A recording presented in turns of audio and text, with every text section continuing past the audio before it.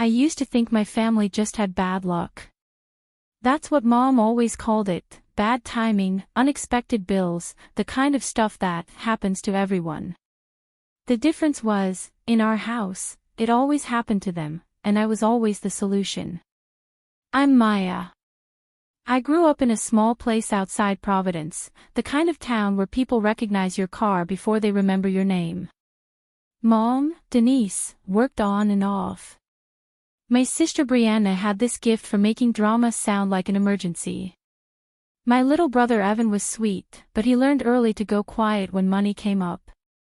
And then there was Carl, Mom's husband, who treated every problem like it was someone else's responsibility. Mine, usually. When I was 16, I got my first job at a grocery store.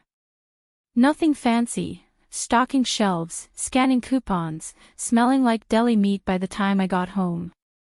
I liked it, though. I liked being good at something.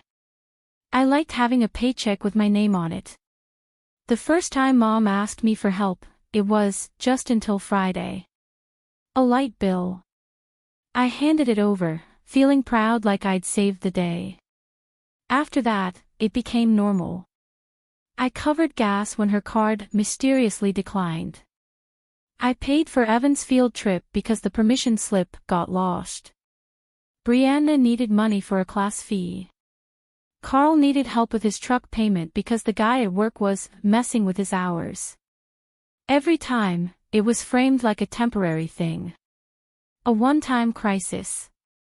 Then I turned 18 and opened a bank account at a credit union because my high school guidance counselor told me it would help me build a future. I pictured college, a little apartment, maybe a car that didn't sound like it was wheezing. I didn't picture Mom sitting at the kitchen table with the mail spread out, tapping a past due notice with one long nail and saying, "You're the only one who can help right now." By 20, I had a decent job at a small medical office. Nothing glamorous. Front desk, phones, scheduling. But it was steady. I started saving, quietly, like it was something I had to hide.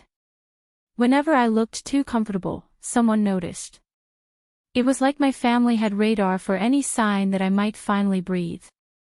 The first vacation I paid for was supposed to be for all of us, a fresh start. A week in Myrtle Beach. Mom cried when I told her yes. Brianna screamed into the phone like I'd announced I was buying her a mansion. Carl shook my hand and called me a real one. Evan hugged me so hard my ribs hurt. I spent most of that vacation watching them complain. The hotel wasn't nice enough. The food was too expensive. The beach was not like the pictures. They wanted souvenirs, extra trips, better seats, upgraded everything. I tried to enjoy it anyway, because I kept telling myself, this is what love looks like. You give. They're happy. That's the deal. Back home, it got worse. Medical bills, credit card balances, fees, they didn't understand. Mom would call me while I was driving home, voice already trembling, like she needed me in a panic to make it real. Brianna would text a screenshot of a bill and then follow it up with a heart emoji, like that made it sweet. Carl would show up unannounced and stand in my doorway, talking about responsibility while my stomach dropped. And every time I hesitated, I got the same lines. We're family. You don't want your own mother to get her lights shut off, do you? Brianna's going through it right now, Maya. Evan shouldn't have to suffer because you're being stubborn. No one ever said, "Are you okay?" No one ever asked how much it cost me to be the reliable one.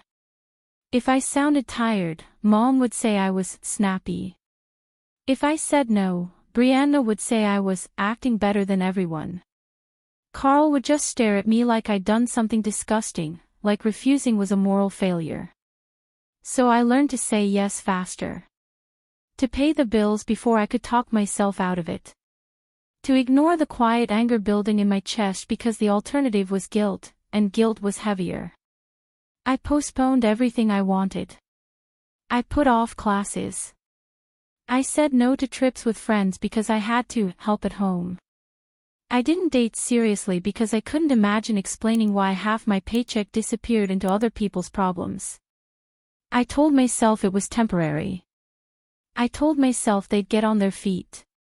I told myself they loved me, even if they didn't know how to show it. And for a long time, that lie worked.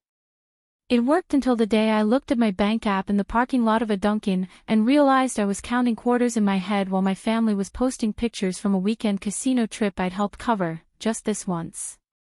That was the first time my throat tightened with something different than stress. It was anger. Real anger. I didn't say anything that day. I just sat in my car, coffee going cold, and watched my hands shake over the steering wheel like my body knew something my mind was still trying to deny. When I finally drove off, my phone buzzed again, Mom's name lighting up the screen, and I felt my stomach drop before I even answered. Her voice was sugary, almost cheerful. "Hey, sweetheart. Don't get mad, okay? I just need a tiny favor." Mom always said, tiny favor, the way people say, no big deal, like the words could shrink whatever was coming next. That call was about a credit card. Mine. The one I'd opened to build credit. She wanted to put a couple things on it, groceries, a pharmacy run, just until payday. I remember standing in my kitchen, phone wedged between my ear and shoulder, staring at a stack of unopened mail like it might explain how we got here. I told her I wasn't comfortable with it. I even tried to make it sound gentle. Like it wasn't a boundary, just a pause. She laughed. Not a funny laugh. A sharp one. "Maya, don't be dramatic. You're acting like I'm asking for your kidney." So I said yes. I always said yes after that little laugh, because it meant the guilt was coming if I didn't. That's when the dynamic really changed. Before, they'd ask. After the credit card, they started informing me. Mom would text, "I used your card for the electric, I'll pay you back next week." Brianna would call and say, "I need you to cover my car insurance today or they're canceling it." Carl would talk like it was a done deal, like I was an extension of the household budget. It got casual. Too casual. One night Brianna showed up at my place with 2 bags from Target, happy like it was Christmas. She set them on my couch and said, "I used your card, don't freak out." Then she started unpacking candles and throw pillows like she was decorating a Pinterest board. I didn't even know what to say. I remember blinking at her, slow, like my brain was buffering. "You use my card for candles." She rolled her eyes. "It's not just candles. It's self-care. You wouldn't get it because you're always stressed." I was always stressed because of them, but okay. When I tried to pull back, they acted confused. Like boundaries were a weird phase I'd picked up from the internet. Mom would say, "I don't understand why you're being like this lately." Evan would go quiet and look at his hands, and I'd feel bad immediately because he was the only one who never asked for anything directly. The worst part wasn't even the money. It was how their affection worked like a light switch. If I paid something, Mom would call me my sweet girl. She'd tell me I was her rock. She'd say she didn't know what she'd do without me. Brianna would send heart emojis and call me best sister ever. Carl would nod like I'd finally done what I was supposed to do. If I hesitated, the warmth vanished. Short replies. Cold voices. Little comments that chipped away at my confidence. "Must be nice to have money and not care about your own family. You've changed. You're selfish, Maya." It always ended with me paying anyway, because I hated that cold distance more than I hated losing money. I didn't want to be the reason things fell apart. I didn't want to be the villain in their story. So I became careful in a different way. I started managing their chaos like a second job. I kept mental lists, what bills were due, which creditor would call first, how long Mom could stall the landlord before it got ugly. I learned the exact tone of Brianna's voice when she was lying about paying me back on Friday. I learned that Carl's "I'm good for it" meant I'd never see the money again. I also learned what it felt like to live with a constant knot in my stomach. I'd wake up and check my bank account before brushing my teeth. I'd see charges I didn't recognize and my heart would drop, like I was free falling in my own life. I'd call Mom and she'd act offended that I noticed. "You're monitoring me now." It wasn't monitoring. It was survival. At work, I started making small mistakes. I'd double book appointments. I'd forget to call patients back. My boss asked if everything was okay, and I almost cried right there at the front desk because someone finally asked. I told her I was just tired. That was easier than admitting I felt like a walking ATM with a pulse. At night, I'd lie in bed replaying conversations. I'd imagine saying no and sticking to it. I'd imagine packing up and moving somewhere they couldn't find me. Then my phone would buzz, another tiny favor, another emergency, another please, and my body would react before I even read it. That's how it becomes normal. You get trained into it. The fear of the explosion becomes more powerful than your own needs. Still, little things started to crack my denial. Like the time Brianna posted a selfie at a nice restaurant, captioned "treating myself," while my card payment was overdue because I'd covered her urgent bill. Or the time Mom told our aunt at a cookout, loud enough for everyone to hear, "Maya's so lucky, she's always got money saved. She's just wired that way." Lucky. Wired that way. As if I wasn't wired by years of panic and responsibility. I started writing numbers down. Not because I wanted to be petty, because I needed proof. I kept a note on my phone labeled "family," and every time I paid something, I added it. Utilities. Rent. Car repairs. Groceries. Medical copays. Late fees. The list grew so fast it made me nauseous. And then, in early fall, Mom asked for something bigger than usual. Bigger than tiny. She called me on a Wednesday afternoon while I was walking to my car after work, and she didn't even bother with the sugar. "Maya, I need you to do something today," she said. "Like, right now." I could hear Brianna in the background, whining about something. I could hear Carl's TV blasting. "What is it?" I asked, already tense. There was a pause, like Mom was deciding how to frame it. "We need to consolidate." I stopped walking. "What do you mean?" "You have good credit," she said, like it was a compliment. "We can put everything under you. Just for now. It'll help us breathe." My chest tightened so hard it almost hurt. Everything under me. Not a light bill. Not groceries. Everything. I stared across the parking lot at the sunset reflecting off windshields, and for a second everything looked too bright, too sharp. My hands felt numb around my keys. "Mom," I said, voice low. "How much are we talking?" She sighed like I was being difficult. "Don't start. Just come over tonight. We'll talk." And I knew, right there, that talk meant pressure. It meant all of them in the same room, staring at me like I was the solution. It meant guilt wrapped in family language, served hot. I didn't go home. I sat in my car and drove around for an hour with no destination, trying to calm down, trying to find the version of me who could finally say no without falling apart. By the time I pulled into my driveway, it was dark, and my phone was full of missed calls. One from Mom. 2 from Brianna. 1 from Carl.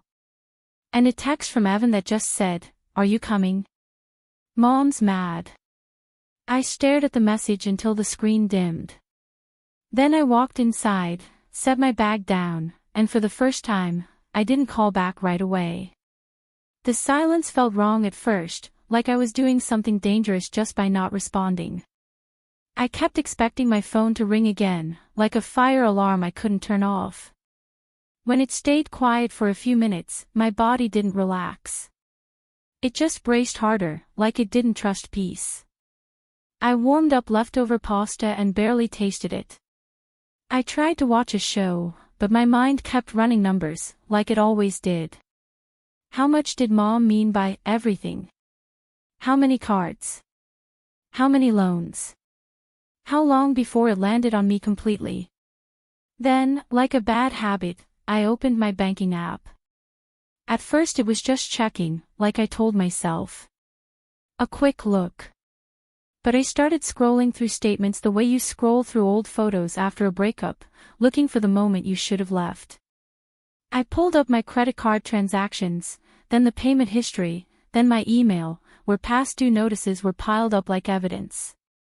I found messages from Mom that made my stomach twist. Sweet on top, ugly underneath. You're my lifesaver. I don't know what I'd do without you. And then, when I hesitated, don't be selfish. You're making me sick with stress. I guess you don't care if we end up on the street. I checked the note on my phone labeled family. I hadn't looked at it in weeks because it made me feel sick. The total at the bottom was bigger than my car. Bigger than what I'd saved for a down payment. I set my phone down and stared at my kitchen wall like it might move, like it might change the numbers if I didn't look. My hand started shaking again. Not the quick nervous kind, this was deeper, like my body was trying to throw something off. I took a breath, then another. It didn't help. So I did something I'd avoided for years, I let myself feel the truth. They didn't love me the way I kept pretending they did. They loved what I could do. What I could fix. What I could pay for. They loved the relief they felt when I said yes. They loved the version of me that didn't have needs. I thought about every time I'd shown up with money like a peace offering. Every time I'd swallowed my anger so no one would call me difficult. Every time I'd worked overtime while they figured things out. I thought about the vacations I paid for where I felt like the help. The holidays where I bought gifts I couldn't afford because I wanted to feel included. And then I thought about tonight, Mom saying, everything under you, like my life was a storage unit for their mess. My phone buzzed. A text from Brianna, stop being weird. We need you. Not, are you okay? Not, can we talk? Just need. That was the moment. Not dramatic. Not cinematic. Just a hard, clear click inside me, like a door finally shutting. I didn't reply. I walked into my bedroom, pulled my laptop out, and sat on the edge of my bed like I was about to take an exam. My stomach kept flipping. My heart felt loud in my ears. I opened my email and searched the names of my accounts. I typed in passwords with trembling fingers. One by one, I pulled up every card connected to my family. Some were in my name. Some were authorized users. Some were accounts I'd opened for emergencies that became everyday expenses. I could see the current balances. I could see the scheduled payments. I could see the holes. I stared at the freeze card option for a long time. All I could think was, if I do this, they'll hate me. Then a different thought came, softer but stronger, they already do, when I'm not useful. I clicked. The first freeze went through instantly. A tiny confirmation message popped up, polite and clean. I froze another. Then another. The shaking got worse, but my mind got steadier. It was like my body was panicking while my soul exhaled. I went through banking apps, card apps, anything tied to my name. I removed authorized users. I changed passwords. I turned off auto payments that were draining my checking account. I set alerts for every charge. My finger hovered over one last card, the one Mom used most. The one she treated like it was part of her wallet. I could almost hear her voice. Don't be dramatic. Don't embarrass me. Don't do this to your own mother. I clicked anyway. The confirmation message appeared, calm as ever.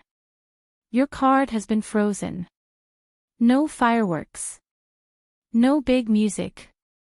Just silence in my apartment and my own breathing, shaky but real. I sat there for a minute, staring at the screen. I expected to feel instant guilt, but what I felt first was something I hadn't felt in years. Relief. Then the fear hit. The kind that makes your mouth go dry. The kind that says you just poked a sleeping animal. I knew they'd notice quickly. Mom always noticed. Brianna noticed even faster. They'd try the cards, get declined, and then the calls would start. I should have been ready. I thought I was. But when my phone rang 2 minutes later and Mom's name flashed on the screen, my heart jumped so hard it almost hurt. I watched it ring until it stopped, my hands clenched in my lap. It rang again. This time it was Brianna. Then Carl. Then Mom again. My phone buzzed with a text from Mom, answer me now. And right behind it, a message from Brianna, what did you do? Are you serious?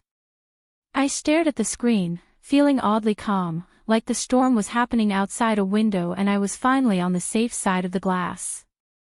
I didn't answer. Not yet. I walked into the kitchen, poured myself a glass of water, and took a sip with a steady hand I didn't recognize. I looked around my little apartment, my thrifted couch, my cheap rug, my pile of unopened mail, and realized this place was the first thing that was truly mine. My phone kept lighting up, lighting up, lighting up. And deep down, under the fear, I understood something I'd never allowed myself to say out loud. If their love couldn't survive a boundary, it wasn't love. I barely slept. Not because I felt guilty, exactly, but because my body kept waiting for something. Every time I closed my eyes, my phone lit up again, buzzing across the nightstand like it was possessed. By morning, I had missed calls stacked like a scoreboard. Mom, Brianna, Carl, Mom again, Brianna again. Evan too, which was rare. I stared at the screen while I brushed my teeth, and the weirdest part was how normal my face looked in the mirror. Same messy bun, same tired eyes. Like my life hadn't just changed overnight. I went to work anyway. I didn't want to give them the satisfaction of thinking they could knock me off my schedule. The air outside was cold and clean, and for a few minutes on the drive, I felt almost calm. Then I walked into the office, logged into my computer, and my phone started vibrating like it remembered where I was. I stepped into the break room and finally answered Evan, because if anyone deserved a response, it was him. Hey, I said, trying to keep my voice steady. His voice sounded small. Mom's freaking out. Brianna's screaming. Carl's, he's just mad. What happened? I froze my cards, I said. All of them. The ones they use. There was a pause, and I heard a sharp inhale like he was trying to decide if he should be scared. Why? He asked, like he couldn't imagine a world where I didn't fix things. I leaned against the counter and stared at the vending machine. Because I'm done, Ev. I can't keep doing it. He didn't argue. He just sounded tired. Mom said you're trying to punish us. I'm trying to save myself, I said, and my throat tightened when I said it out loud. You'll still eat. You'll still have a roof. It just won't be on my credit. He whispered, she's saying she's gonna come over. A sharp, hot panic flared in my chest, but it didn't surprise me. Mom had never respected distance. If she couldn't reach me emotionally, she'd show up physically. Okay, I said slowly. Let her. By lunchtime, the messages shifted from panic to cruelty. Mom's texts weren't even pretending to be kind anymore. You think you're better than us. I raised you. You owe me. Brianna's messages came in bursts, like punches. You ruin everything. I had plans today. Do you know how embarrassing this is? And then Carl, who barely texted, sent one line that made my stomach drop. If you don't fix this today, don't call yourself family. It would have been funny if it didn't hurt. Don't call yourself family, like I hadn't been their family budget for a decade. I didn't respond. I kept working. I answered phones, scheduled appointments, smiled at patients like my heart wasn't doing weird flips in my chest. Around 3, my boss asked if I could stay late to cover for someone, and for a second I almost said yes out of habit. Then I realized I didn't have to. I didn't have to be the hero everywhere. I actually can't today, I said, and my boss just nodded like it was normal. That tiny moment of being allowed to say no without consequences felt almost dizzying. When I got home, the parking lot was too loud. Not sound, exactly, energy. I could tell something was waiting for me before I even saw it. Mom's car was there, parked crooked like she'd rushed. Carl's truck was there too, that big metal thing that always looked like it was trying to intimidate the road. My hands tightened around my keys. I stood by my car for a second, breathing, and then walked toward my building like I belonged there. Because I did. They were waiting at my door. Mom knocked like she was trying to break it down. Brianna stood behind her with her arms crossed, face red, mascara already smudged like she'd been crying or pretending to. Carl leaned against the wall like a bouncer, jaw clenched, eyes hard. The second Mom saw me, her face twisted, not with relief, but with pure rage. There you are, she snapped, like I was late to a job interview. Open the door. I live here, I said, unlocking it. My voice surprised me, calm, flat. They pushed in behind me without asking. The apartment suddenly felt smaller with them in it. Mom paced like she owned the place. Brianna started looking around with this bitter expression, like she hated that I had anything that wasn't theirs. Carl stood in the middle of my living room and crossed his arms. Mom pointed a finger at me. What the hell did you do? I froze my cards, I said again. The ones you've been using. Brianna scoffed. You didn't freeze anything. You shut us off. Like we're strangers. Mom took a step closer. Her voice climbed higher. Do you know what you did to me today? My card got declined at the grocery store. In front of people. I stared at her, waiting for the part where she cared about me. She kept going. I had to put things back. I had to call your aunt and ask for help. Do you understand the humiliation? That word, humiliation, hit me like something sharp. I thought of all the times I'd paid bills in silence, afraid of being judged, afraid of being too much. All the times I'd skipped meals and stretched groceries because my money was already gone. You were humiliated, I repeated, slow, like I was learning a new language. Because your card got declined. On my account. Mom's eyes flashed. You're twisting it. Brianna stepped in, voice loud and vicious. You always do this. You always act like you're the victim. You make everything about you. I almost laughed. It came up fast and then died in my throat. Carl finally spoke, low and heavy. You don't do this to family. I looked at him. Family doesn't use someone until they crack. Mom threw her hands up. We didn't use you. You offered. You always offered. Don't rewrite history because you're having one of your moods. My stomach turned. That was her favorite trick, pretend I chose this freely, pretend I enjoyed being drained, pretend my boundaries were just attitude. You didn't even ask why, I said, and my voice shook just a little. Not once today. Not one of you asked what pushed me to this. Mom blinked like I'd said something irrelevant. Because it doesn't matter why. You don't do it. Brianna rolled her eyes. Oh my God, here we go.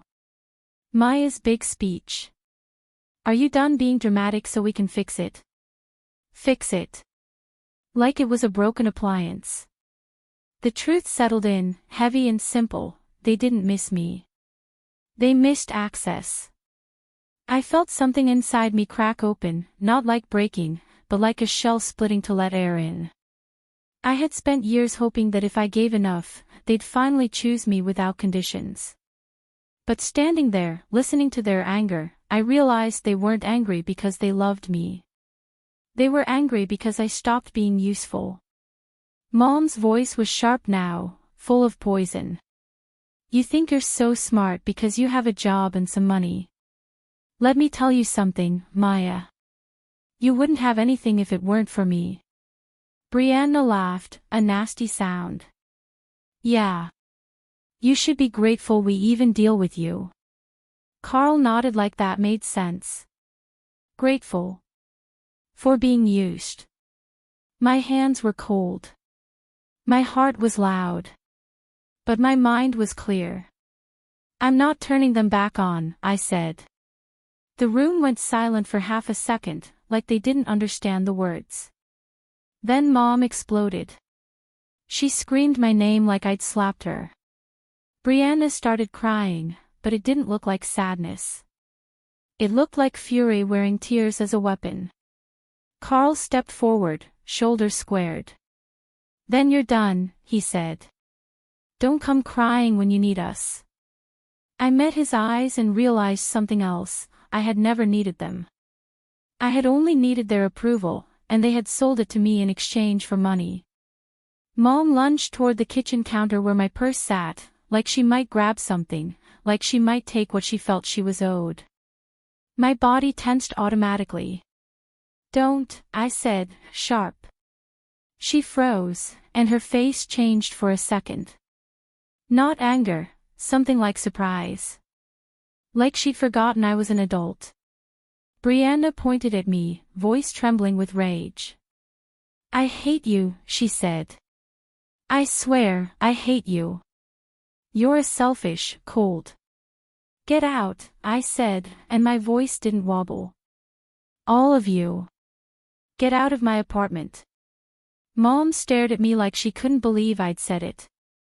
Excuse me. Out, I repeated. Right now. For a moment, no one moved.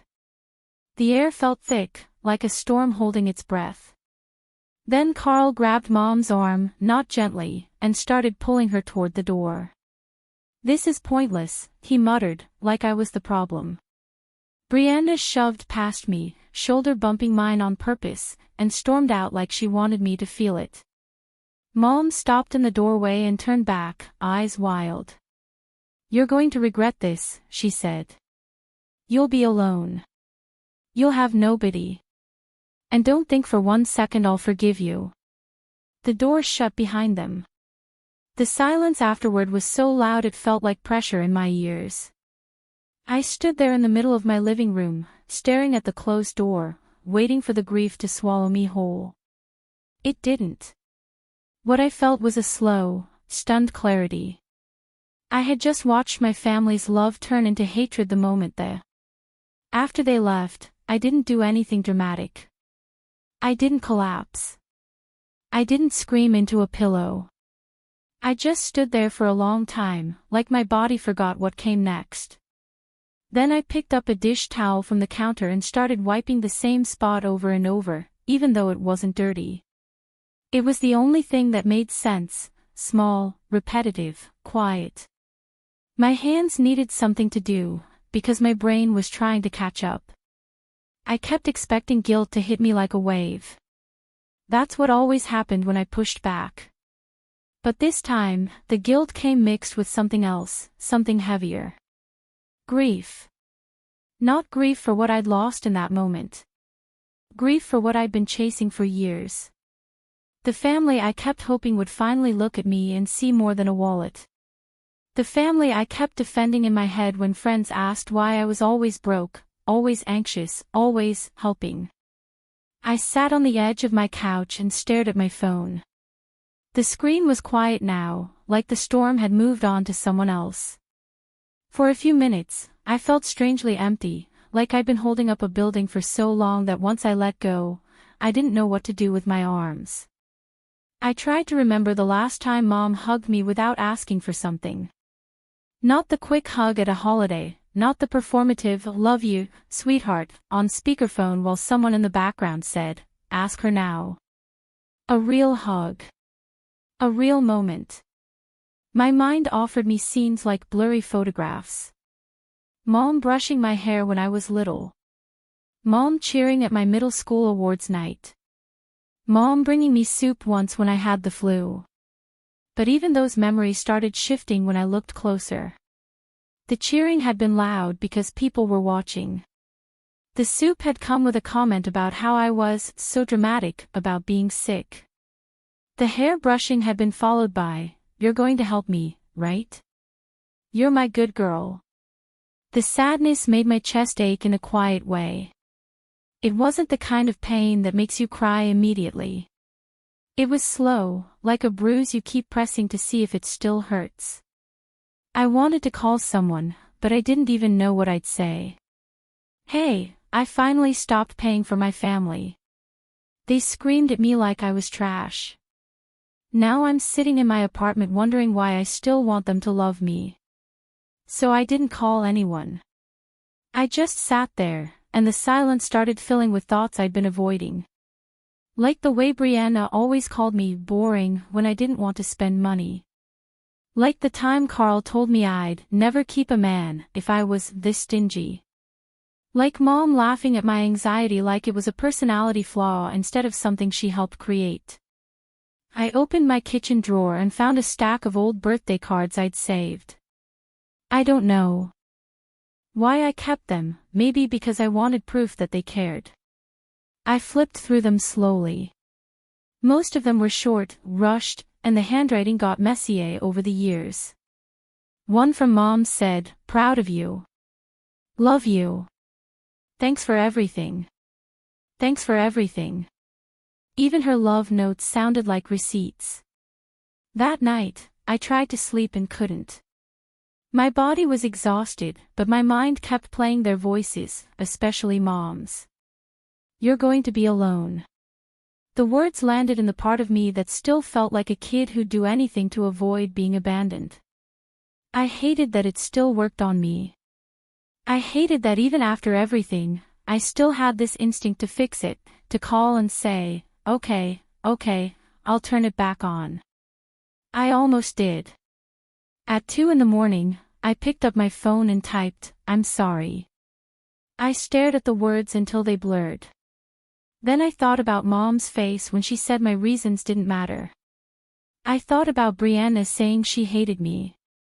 I thought about Carl telling me I wasn't family if I didn't pay. And I deleted the text. The next day, I called my bank and asked for a full report. The woman on the phone spoke to me kindly, like I was just another customer, and I almost cried from the simple dignity of it. She helped me review accounts, flagged suspicious charges, talked me through disputing a couple transactions that weren't authorized.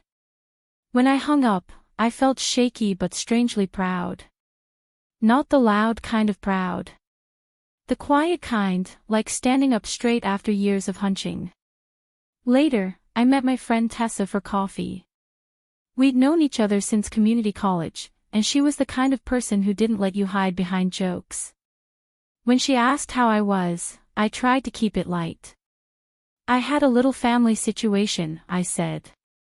Tessa watched me for a second, then said, "Maya, you look like you've been in a car crash." And just like that, the tears came. Not dramatic, not loud. Just steady, warm tears that made me feel embarrassed and relieved at the same time. I told her everything, the years, the money, the way they exploded the second I stopped. She didn't interrupt. She didn't say, but they're your family. She didn't say, maybe you should talk it out. She said, I'm so sorry. That's not love. That's control. Hearing someone else say it made it real. It also made it hurt more, because it confirmed that I hadn't been imagining it. I hadn't been sensitive. I hadn't been selfish. I had been used. The grief didn't go away after that conversation. If anything, it got more honest. I started noticing how often I'd built my life around them, my schedule, my budget, my nerves. Cutting them off wasn't just a decision. It was ripping out a whole system I'd lived inside. I grieved like you grieve a person who's still alive. That's the weirdest kind.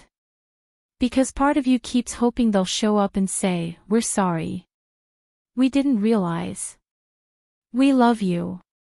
But the messages I got weren't apologies. They were demands. Mom left a voicemail that was pure ice. If you're going to act like this, don't bother coming around. Don't expect me to be here when you come crawling back. Brianna posted vague stuff online about cutting off toxic people, like she was the victim.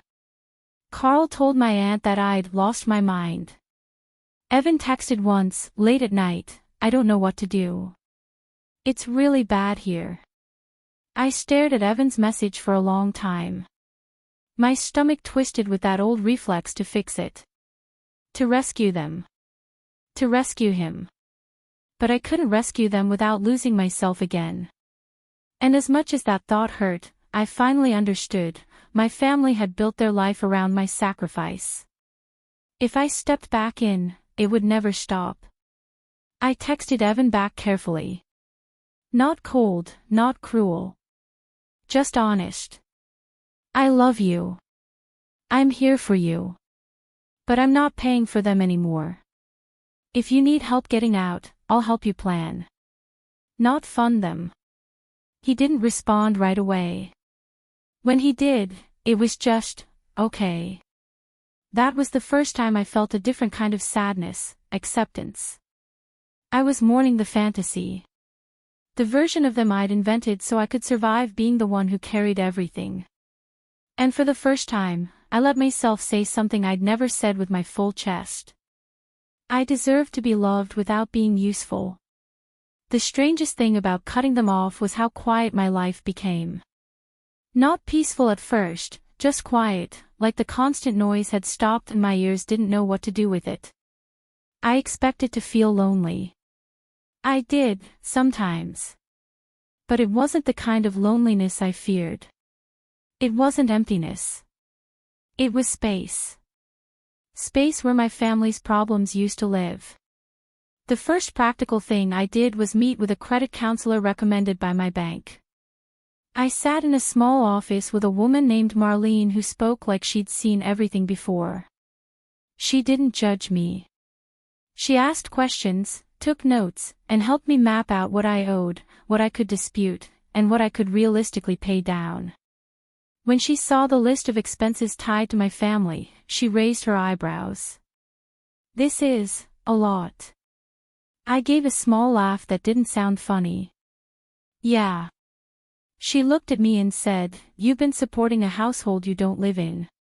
Hearing it that way, simple, factual, made me feel embarrassed and proud at the same time. Embarrassed that I let it happen. Proud that I was finally naming it. I started doing small things that felt rebellious, even though they were normal. I set up a separate savings account and actually left it alone. I bought groceries without calculating how many meals I'd have to sacrifice later. I booked a dental appointment I'd been postponing because I couldn't justify spending on myself. The first month, my money didn't vanish. It stayed where I put it. That alone felt unreal. Mom tried a different approach when screaming didn't work. She called from a blocked number one night, and I answered without thinking. Her voice was softer, the way it used to be when I was a kid, and she wanted me to calm down. Maya, she said, like my name was a prayer. I'm your mother. My chest tightened instantly. Old programming. I know, I said. There was a pause, then a sigh. I don't want us to be like this. The words almost got me. They were close enough to what I'd wanted for years that my body leaned toward them automatically. But then she added, if you could just turn on one card, just for groceries, we could start fresh. There it was. The hook. I stared at my wall and felt my heart thump once, hard. We don't start fresh with a card, I said. We start fresh with respect. She went quiet, like she didn't understand the word. I've helped for years, I continued, keeping my voice low. And the first time I stop, you all hate me. You didn't ask if I was okay. You didn't care why. You cared that you were embarrassed at a grocery store. Mom's voice sharpened again, like the softness was a mask slipping. So now you're punishing me. I'm not punishing you, I said. I'm choosing me. She started crying, but it felt staged, like she was turning on a faucet. You're breaking my heart. I almost said I'm sorry. Then I thought about the years of my heart breaking quietly, unnoticed. I have to go, I said, and I hung up before she could pull me back in. After that, I blocked her number. Not dramatically. Just calmly, like closing a door. Brianna tried to reach me through relatives, like she was launching a campaign. My aunt T called to say, your mom is struggling, Maya. My cousin texted, family is family. I stopped explaining. I learned that when you set a boundary, people who benefited from your lack of one will call you cruel. I started telling the truth in simple sentences. I'm not paying for them anymore. I'm not discussing it. I'm focusing on my life. The more I said it, the more natural it became. Like learning a language I should have known all along. The unexpected part, the thing nobody saw coming, was what I did with the money I stopped giving them. At first, I thought I'd just save it, quietly, like a safety net. But after a few weeks, I realized something. I'd been living like my life was on pause. Like my real future would start after my family stopped needing me. They were never going to stop needing me. Not if I kept feeding it. So I started building a life that didn't depend on their approval. I enrolled in night classes again, just one to start, at a community college in downtown Providence. I chose something practical, health administration, because I was already in that world, and I was tired of feeling stuck. The first night I walked into that classroom, I felt nervous like I was 16 again, but in a good way. Like I was doing something that belonged to me. I also moved. Not across the country, not in a dramatic escape. Just far enough that showing up unannounced would take effort. I found a small apartment in a quieter area, still close to work, with bigger windows and less emotional history in the walls. The day I signed the lease, my hands shook the same way they did when I froze the cards, but this time it was excitement, not fear. I didn't tell my family the new address. That felt like a crime at first. Then it felt like peace. Evan reached out a couple of times. Mostly short messages. Sometimes a meme, like he was trying to keep a connection without picking a side. One night, he called, and I could hear shouting in the background. I can't do this anymore, he said, voice tight. They're always fighting. They keep saying it's my fault you left. My stomach clenched, but I stayed steady. It's not your fault, I said. None of it is. He swallowed hard. I might want to move out. My heart ached, because he was the one person in that house who still felt like family in a real way. If you're serious, I said, we'll make a plan. You can crash with me for a bit. But it has to be about you, not about them getting access through you. He whispered, okay. That was the moment I realized something else. Boundaries didn't just protect me. They could protect him too. Over the next couple months, the silence from Mom and Brianna grew. Not because they accepted it, but because they moved on to other sources. Other people to pressure. My aunt stopped calling. My cousin stopped texting. The story they told about me must have gotten boring once they realized I wasn't going to fold. And in that quiet, I started hearing my own thoughts clearly for the first time. I started sleeping through the night. I started laughing without checking my phone immediately after. I started making plans that didn't include calculating what crisis might hit tomorrow. Sometimes, on random days, grief still popped up. A holiday display in a store. A family in matching sweaters. A mother and daughter laughing in the aisle. I'd feel that old ache, the one that says, why couldn't I have that? But then I'd remember the other version. The version where family meant I couldn't breathe. The version where love had a price tag. One evening, I sat on my new balcony with a cheap blanket and a mug of tea, watching the streetlights flicker on. My phone buzzed, an unknown number. I didn't answer. I didn't even feel tempted. I just watched the lights come alive, one by one, and felt something settle inside me. They expected me to come back angry. They expected revenge, a big blow-up, a public fight. They expected me to break and beg for forgiveness so things could go back to normal. What nobody expected was this: I built a life so full, so steady, that their chaos no longer had room in it. And for the first time in my life, I didn't feel like a human ATM. I felt like a person.